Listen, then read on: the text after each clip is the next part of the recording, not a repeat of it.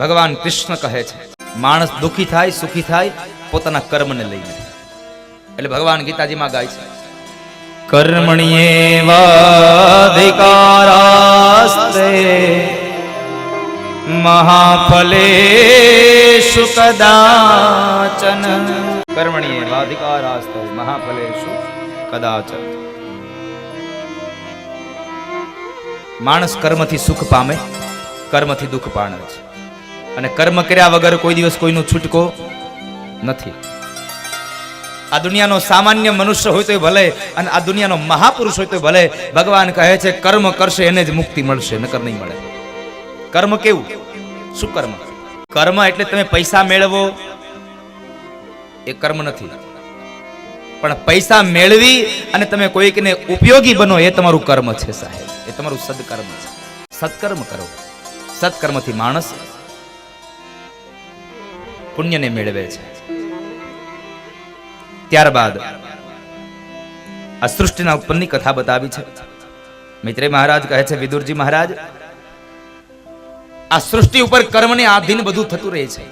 બાપજી, આ સૃષ્ટિને આ કર્મને, કર્મ અને આ સૃષ્ટિ, હા, આ સૃષ્ટિ ભગવાન નારાયણે સર્જન કર્યું છે. નાભીમાંથી એક કમળ ઉત્પન્ન કર્યું, કમળમાં 4 મુખ વાળા બ્રહ્માજી ઉત્પન્ન કર્યા, અને બ્રહ્માજીને આજ્ઞા આપી કે જાઓ તમે મનુષ્ય સૃષ્ટિની રચના કરો, સજીવ સૃષ્ટિની રચના કરો. અને એ સમયે જ્યારે સજીવ સૃષ્ટિની રચના કરવા જાય પણ પૃથ્વી જળમાં લીન છે, એટલે ભગવાન બ્રહ્માએ નારાયણની પ્રાર્થના કરી અને નારાયણને કહે છે પ્રભુ તમે આ પૃથ્વીને બહાર લાવી આપો. અને ત્યારે ભગવાને 24 અવતારો જે લીધા એ 24 અવતારોમાં પહેલો વહેલો અવતાર ભગવાને વરાહ અવતાર ધારણ કર્યો. ભગવાન વરાહ બની અને પૃથ્વીને લેવા માટે જાય. બોલીએ વરાહ નારાયણ ભગવાન કી. વરાહ નારાયણ અવતાર ભગવાનનો પ્રગટ થયો. ભગવાન પૃથ્વીને લેવા માટે જાય છે. જ્યાં પૃથ્વીને લઈને આવે તો માર્ગની અંદર એક હિરણાક્ષ નામનો અસુર મળ્યો, અને ઈ અસુર કહે છે છોડી દે, છોડી દે, આ ધરતી મારી છે, છોડી દે. ભગવાન કહે છે હજી આને બહાર લઈને ગયો નહીં, ત્યાં તો માંડ્યો કેવા મારી છે, મારી છે, મારી છે. અને આપણે એ જ કરીએ છીએ આ દુનિયામાં. જુઓ, આ શેઢે ઉભા રહ્યો, સામે ઓલો શેઢો દેખાય ત્યાં સુધી મારી. મહાપુરુષો કહે છે મારું હોય નહીં ભેગું આવે, બાકીનું બધું અહીંયા પડ્યું રહે. તો આપણે ભેગું કઈ આવતું નથી. સ્વામિનારાયણ સંપ્રદાયમાં મહાપુરુષો સંત કહે છે મારું મારું કરીને ધન મેળવ્યું રે, મારું મારું કરીને ધન મેળવ્યું રે, હે મારું મારું કરીને ધન મેળવ્યું રે, મારું કરીને ધન મેળવ્યું રે. એમાં તારું નથી તલ ભારયંત કાળે, સગું નથી કોયનું રે. એમાં એમાં કોઈનું નથી સાહેબ.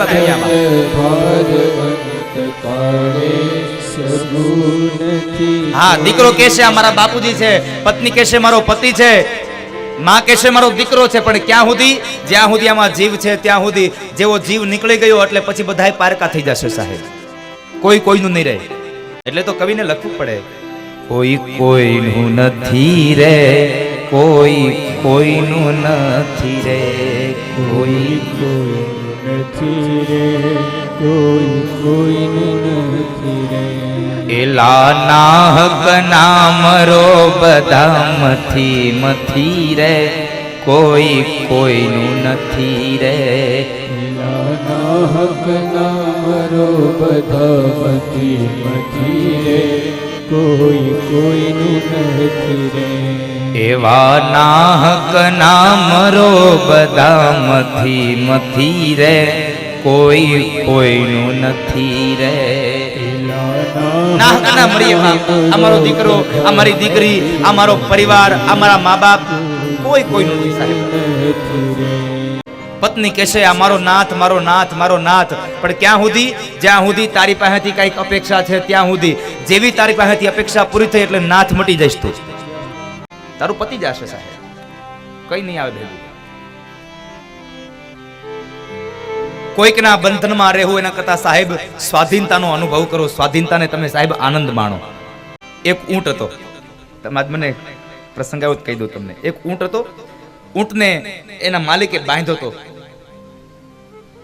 પણ એ માલિકના બંધનમાંથી છૂટી ગયો અને ઊંટ દોડવા લાગ્યો. દોડતો દોડતો દોડતો એટલો દોડ્યો કે જંગલ પૂરું થયું અને અંતે સામે જે આવે ને ત્યાં એક નદી આવી ગઈ, જળ આવી ગયું. બધું સુમસાન પડ્યું છે, માત્ર જળ છે, દૂર સુધી રેતી દેખાય છે.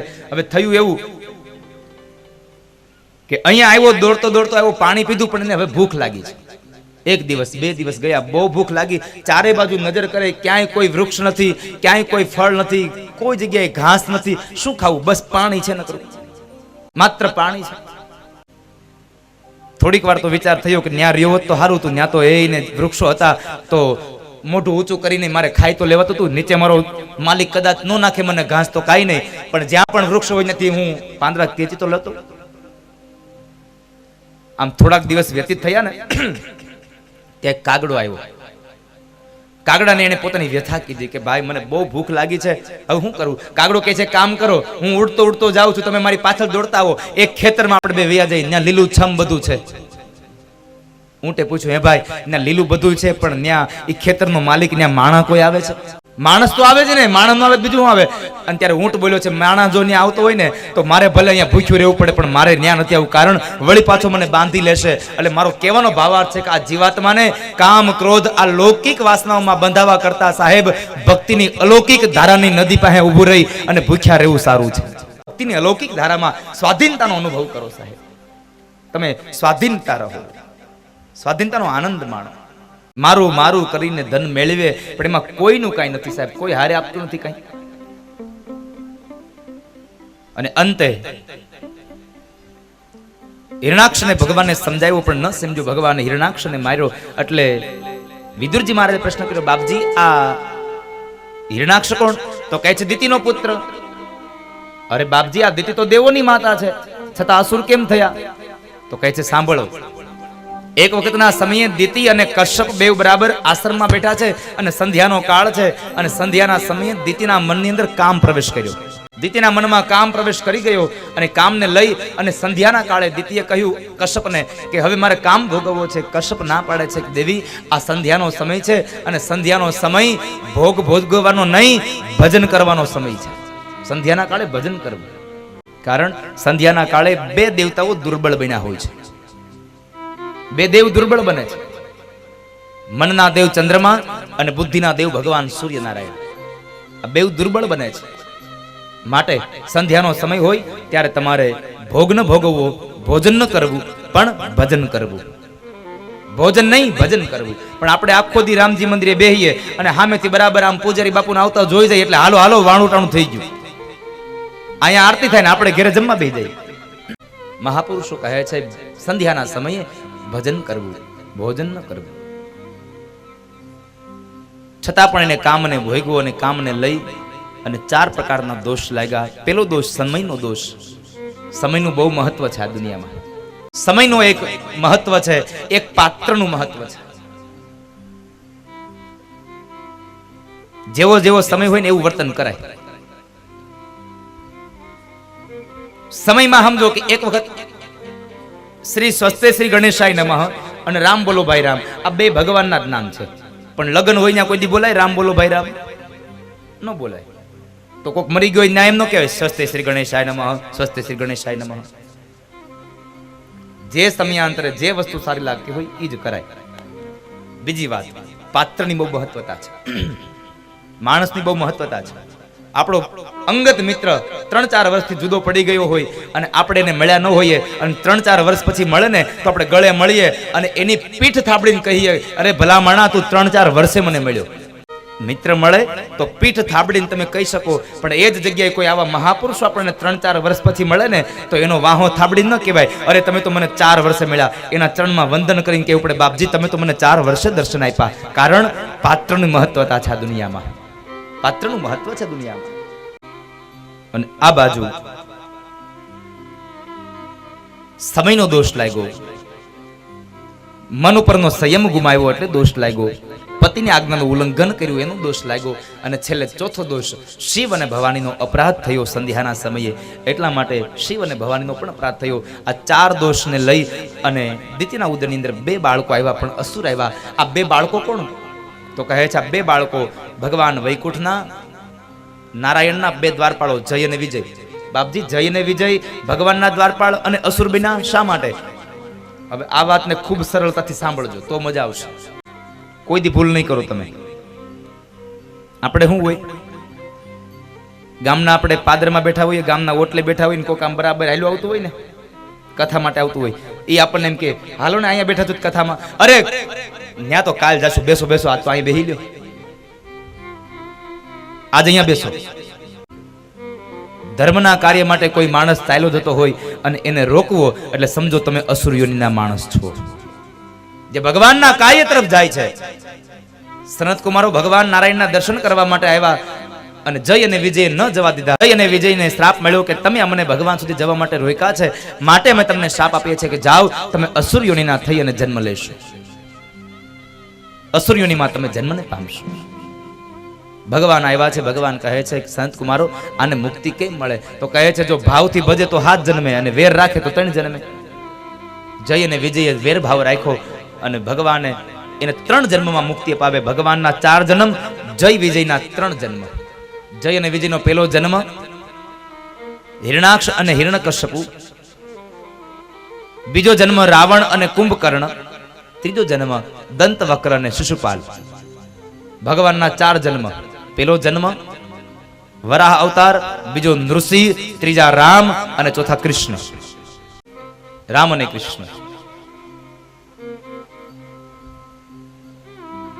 ભગવાનના ધામ સુધી ભગવાન પાસે જનારો માણસ, ભક્તિ કરનારા માણસને રોકવાથી આપણે અસુર યોનિમાં જન્મ પામીએ છીએ.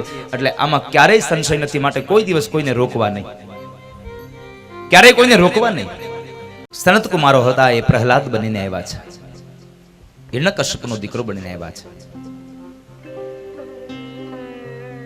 ભગવાને હિરણાક્ષને મારી અને ધરતીને લાવી શેષ નારાયણની ફણાઓ પર પ્રસ્થાપિત કરી અને બ્રહ્માને કહે છે કે જાઓ બ્રહ્મા, હવે તમે આ જગતની ઉત્પત્તિ કરો. આ જગતની ઉત્પત્તિમાં એમણે સનત કુમારોની રચના થઈ, માનસપુત્રની રચના થઈ, કોઈ સંસાર ન ચલાવ્યો. ત્યારે મનુ મહારાજ અને શત્રુપા રાણીનું એને સર્જન કર્યું અને એ જોડલાએ સંસારને ચલાવ્યો. એની ત્યાં 3 દીકરીઓ, 2 દીકરાઓ થયા, દેવહૂતિ, આકૃતિ અને પ્રસૂતિ. આ 3 દીકરી થઈ. ઉત્તાનપાદ અને પ્રિયવ્રત રામના રાજા, આ 2 દીકરાઓ થયા. 5 સંતાન થયા. એમણે ધીમે ધીમે એમનો પરિવાર, એનો સંસાર ચલાવ્યો. એ સંસાર ચાલ્યો. એમાં બરાબર એક વખતના સમયે કરદમ ઋષિ બ્રહ્માજીના કહેવાથી ભગવાન નારાયણની પ્રાર્થના કરે છે. બ્રહ્માજી કહે છે કે હે કરદમ, હવે તમે સંસારને ચલાવો. કરદમ કહે છે બ્રહ્માજી, આ સંસારમાં જો ભગવાન જેવો દીકરો ન મળે, ભગવાન જેવું તત્વ ન મળે તો આપણે સંસારને ચલાવવાની શું ભાઈ મહત્વતા છે? દીકરો ભગવાન બ્રહ્મ જેવો જો પુત્ર થાય તો મારો સંસાર દિવ્ય બને. દીકરો હારો હોય તો સંસાર દિવ્ય બને. અને એ સમયે કરદમ ઋષિને બ્રહ્માજી કહે છે કે હે કરદમ, તમે ભગવાનની પ્રાર્થના કરો, ભગવાનનું યજન કરો. ભગવાન પ્રાપ્ત થાય ત્યારે ભગવાન પાસે આ વરદાન માંગી લેજો. અને અંતમાં કરદમ ઋષિએ ભગવાનની તપશ્ચર્યા કરી, ભગવાન પ્રસન્ન થયા. અને જ્યારે ભગવાન ચતુર્ભુજ નારાયણ આવીને ઉભા રહ્યા અને એ સમયે કરદમની આ તપશ્ચર્યાથી ભગવાનની આંખમાંથી પણ બિંદ પડી ગયા. અને જે જગ્યાએ ભગવાનની આંખમાંથી બિંદ પડ્યા ને ત્યાં બિંદુ સરોવર બન્યું છે. બિંદુ સરોવરની સ્થાપના થઈ છે. પણ શું એ કરદમની પ્રાર્થના હતી? એ આશાવરીમાં હે, એ આશાવરીમાં એ પ્રાર્થના કરીને એ કરદમે ભગવાનની સ્તુતિ કરી છે. બહુ સુંદર શબ્દો લખ્યા છે અને ભગવાન બાદરાયણ લખ્યું છે. યે માયાતે હત મે રસસ્વત પાદારવિંદમ ભવ સિંધુ પોતમ ઉપાસતે કા મલવાયતે શામ રાશિ શકામાં નિયપેયેસ્યુ. હે પ્રભુ, આપની માયા છે. યે માયા તે હતમેઘ સસત પાદારવિંદમ ભવ સિંધુતમ. હે નારાયણ, હું તમારા ચરણારવિંદમાં વંદન કરું છું. હે નારાયણ, જેને ભવસિંધુ પાર કરવાની ઈચ્છા છે એના માટે આપના ચરણ તો એક નૌકા સમાન છે. જેને ભગવાનનું આ ભવસાગરમાંથી જેને તરી જવું છે એ માણસે ભગવાનના ચરણારવિંદની અંદર જઈને રહેવું સાહેબ, ભગવાનનું ચરણ સેવવું. ચતુર્ભુજ નારાયણ કરદમને કહે છે, કરદમ માગો, શું આપું તમને? અને ત્યારે કરદમ ઋષિ બોલ્યા છે, પ્રભુ આપવા જ માંગતા હોય તો એટલી ઈચ્છા છે, મારા દિવ્ય દાંપત્ય જીવનમાં તમારા જેવો દીકરો મારા ઘેર થાય. જોજો, માગતા આવડવું જોઈએ ભગવાન પાસે. અમુક અમુકને માગવાનો વારો આવે ને તો પૈસા સિવાય કોઈ ન માગે કઈ. હા હા, તમે પાછા ભગવાનને આપો નહીં કાંઈ. તમે આપો તો હું આપો, એને પિત્તળી આપો, તમે ચપટી દાણા આપો, એકાદું આઠાનો વેતો કરો, અને પાછા વળી પાછા ભગવાન પાસે માગી ગયા, હે ભગવાન મારા દીકરાનો ધંધો હારો હાલે ને એવું કંઈક કરજો. ચપટી ચોખામાં ભગવાન સ્પષ્ટ રીતે ના પાડી દે છે. ચપટી ચોખા લઈને મંદિરે આવે, આઘાયું ઉભા રહીને ફદિયા ફગાવે. ચોખા લઈને મંદિરે આવે, આઘા ઉભા રહીને ફદિયા ફગાવે. એટલે તમે ચપટી ચોખા લઈને જાઓ, આઘા ઉપર આઠાના ફગાવો, એની જરૂર છે કૃષ્ણને? એલા તને તો એને ઢગલા મોઢે આપ્યું છે, તો તારી પાસેથી એક સિક્કો લઈ. એટલું યાદ રાખજો, તમારી પાસેથી જ્યારે ભગવાનને લેવાની ઈચ્છા થશે ને ત્યારે કેટલું લેશે. તમને આપવાની ઈચ્છા થાય કે ન થાય, પણ કૃષ્ણને જ્યારે તમારી પાસેથી લેવાની ઈચ્છા થશે ને ત્યારે જ તમે ભગવાનને આપી શકશો, ત્યાર પહેલા ભગવાનને આપી નહીં શકો. ચપટી ચોખા લઈને મંદિરે આવે,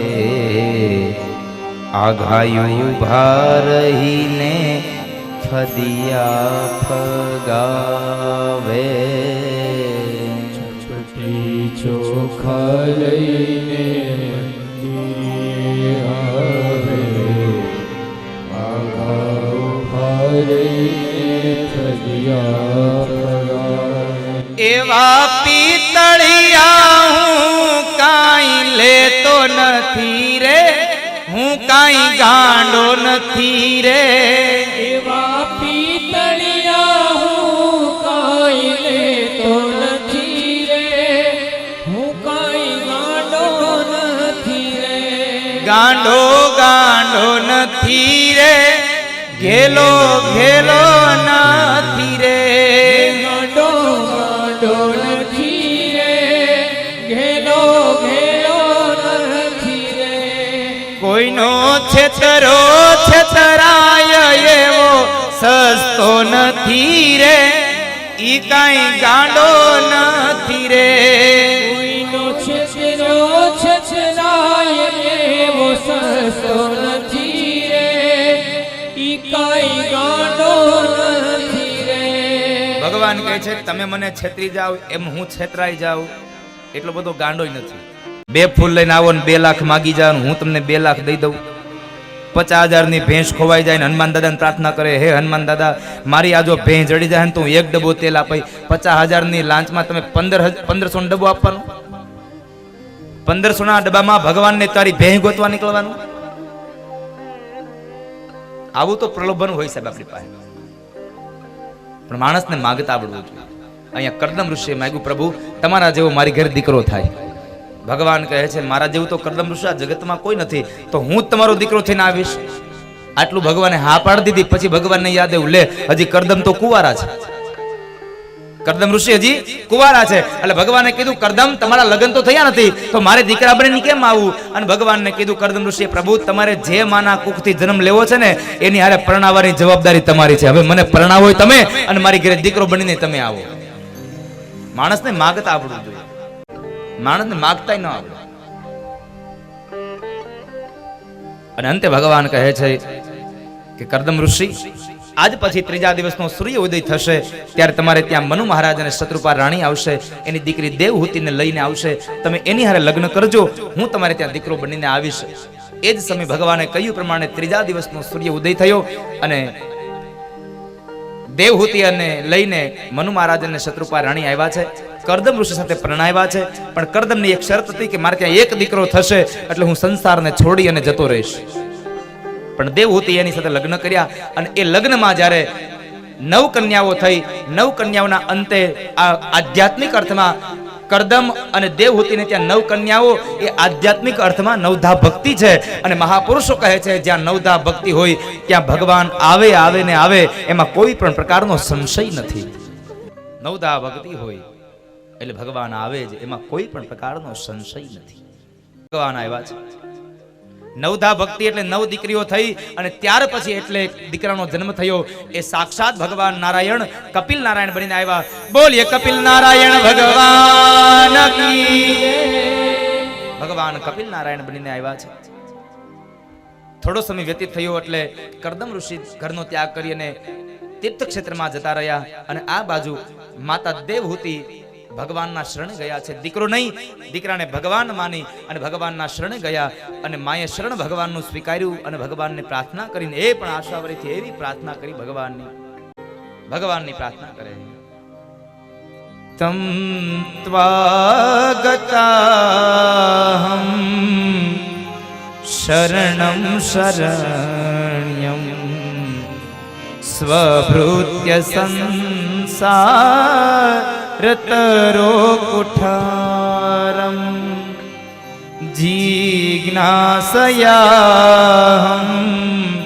પ્રકૃતે પુરુષસ્ય ન મામિ સધર્મ વિદામ વરિષ્ઠમ તમ ત્વામ ગતાહમ શરણમ શરણ્યમ.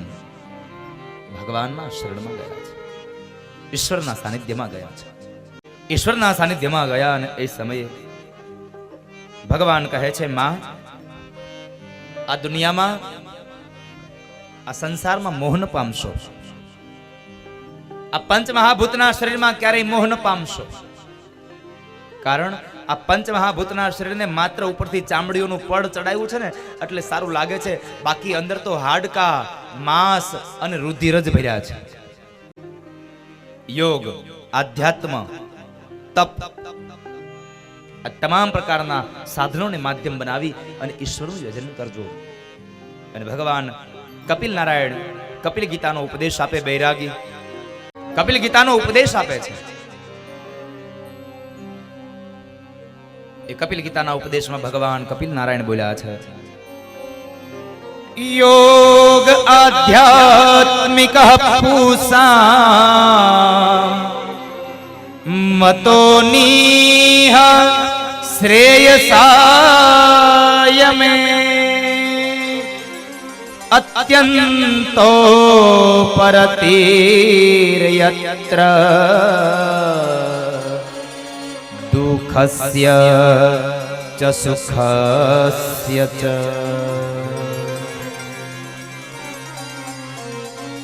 માં,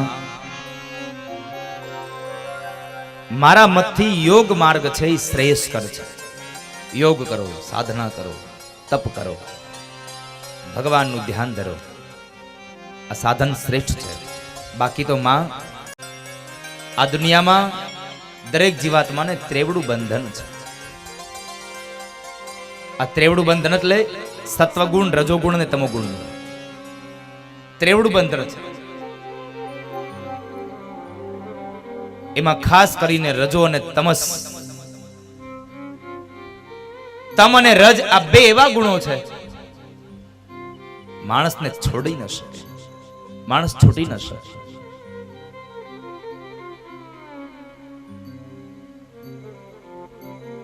આ સમયમાં માં ભગવાનની ભક્તિ કરજો, યોગ માર્ગમાં જઈ ભગવાનનું ધ્યાન ધરજો.